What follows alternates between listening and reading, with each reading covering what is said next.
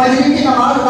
فرض فرمائی، یہ کس نبی کی سنت ہے؟ آئیے آپ کو بتاتا چلو، حضرت آدم علیہ السلام و تسلیم جب اللہ تعالیٰ نے حضرت آدم کو جنت سے باہر نکال دیا، حضرت آدم علیہ السلام کو اس زمین پر بھیجا گیا، اس زمین پر تشریف لائے تو اس وقت رات کا اندھیرا تھا، سورج کی روشنی نہیں تھی، رات کی تاریکی تھی۔ حضرت آدم کے دل میں خوف پیدا ہوا، حضرت آدم کے دل میں ڈر پیدا ہو گیا کہ جنت کی روشنی کو چھوڑ کر، جنت کی نورانیت کو چھوڑ کر، جنت کے اجالے پنوں کو چھوڑ کر حضرت آدم علیہ السلام اس دھرتی پر تشریف لائے، رات کی تاریکی کو دیکھا، رات کے اندھیرے کو دیکھا، رب کی بارگاہ میں دعا کرنے لگے، اے مولا مجھے رات کی تاریکی سے نجات دے دے، رات کے اندھیرے سے نجات دے دے۔ رب کائنات نے حضرت آدم کی اس دعا کو قبول فرمایا، حضرت آدم کی دعا کو قبول فرماتے ہوئے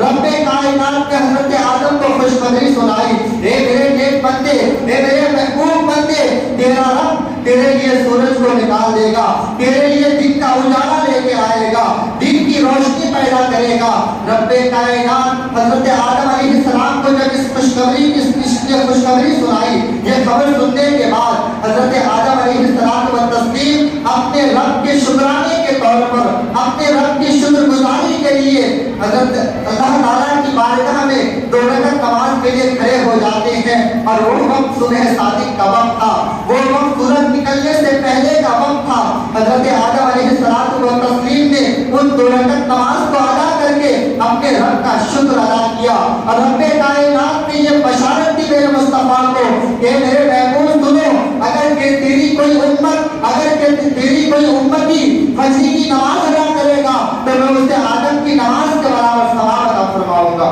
برادران اسلام کو اللہ نے فجر کی نماز حضرت آدم کی سنت کو زندہ رکھنے کے لیے فرض فرمایا۔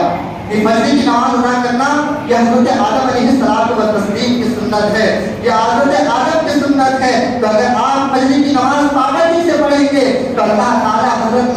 آپ کو حضرت آدم کی عبادت کے برابر ثواب عطا فرمائے گا۔ اب ظہر کی نماز کی باری آتی ہے کہ ظہر کی نماز سب سے پہلے کس نبی نے ادا فرمایا؟ سنتے چلے برادران اسلام، حضرت ابراہیم علیہ السلام و تسلیم جب اپنے بیٹے اسماعیل علیہ السلام و تسلیم کو قربانی کے لیے لے کے جا رہے تھے، قربانی میں لے کے جانے کے بعد جب اللہ تعالیٰ نے حضرت ابراہیم سے کہا، ابراہیم تم اپنے بیٹے کو میری راہ میں قربان کرو، اپنی پیاری چیز کو میری راہ میں قربان کرو۔ حضرت ابراہیم علیہ السلام و تسلیم اپنے بیٹے کو قربان کرنے کے لیے تیار ہو جاتے ہیں، اپنے بیٹے کو لے کر ایک پہاڑی کے اوپر چلے جاتے ہیں، اپنے بیٹے سے کہتے ہیں میرے بیٹے تمہیں میں رب کی بارگاہ میں قربان کرنے والا ہوں، تمہیں رب کی نام پر ذبح کرنے والا ہوں۔ اس وقت حضرت اسماعیل نے کہا تھا، اے میرے بابا جان، اے میرے ابا جان، اگر اللہ کا یہ حکم ہے کہ میں اللہ کی راہ میں قربان کر دیا جاؤں تو اسماعیل کی ایک جان تو کیا، اگر اللہ تعالیٰ اس اسماعیل کو 1000 جان عطا کرتا تو یہ 1000 جان یہ اسماعیل ہنستا ہوا رب کی بارگاہ میں قربان کر دیتا۔ آخرکار حضرت اسماعیل علیہ السلام و تسلیم کو لٹا دیا جاتا ہے۔ حضرت ابراہیم علیہ السلام و تسلیم اپنے بیٹے کو لٹانے کے بعد، اپنے بیٹے کو سلانے کے بعد چھری چلانے کی تیاری ہو رہی ہے، اپنے بیٹے کو ذبح کرنے کی تیاری ہو رہی ہے۔ وہ چھری جو پتھر پر گرنے کے بعد پتھر چکنا چور ہو گیا، لیکن جب وہ چھری حضرت اسماعیل کے گلے پہ چلائی جا رہی ہے، حضرت اسماعیل کا گلا کٹ نہیں رہا ہے۔ حضرت ابراہیم علیہ السلام و تسلیم ان چھری سے خطاب کرتے ہوئے ارشاد فرماتے ہیں، اے چھری تم پتھر پر گرے تو پتھر چکنا چور ہو گیا، پتھر ٹکڑے میں تبدیل ہو گیا، میرے بیٹے کا گلا کیوں نہیں کٹتا؟ اتنا سننے کے بعد حضرت ابراہیم علیہ السلام و تسلیم جلال میں آ کر چھری کو حضرت اسماعیل کے گلے میں چلانا چاہتے ہیں۔ رب کائنات حضرت جبریل علیہ السلام کو حکم دیتے ہیں، اے جبریل جاؤ جنتی ایک دمبے کو لے کر، جنت سے ایک دمبے لے کر جاؤ اور اسماعیل کی جگہ اس دمبے کے رکھ دو۔ حضرت جبریل علیہ السلام و تسلیم جنت سے ایک دمبا لا کر حضرت اسماعیل کو ہٹا کر حضرت اسماعیل کی جگہ اس دمبے کو رکھ دیا جاتا ہے۔ حضرت ابراہیم علیہ السلام تسلیم چھری چلاتے ہیں، وہ دمبا ذبح ہو جاتا ہے۔ جب حضرت ابراہیم علیہ السلام و تسلیم نے دیکھا کہ حضرت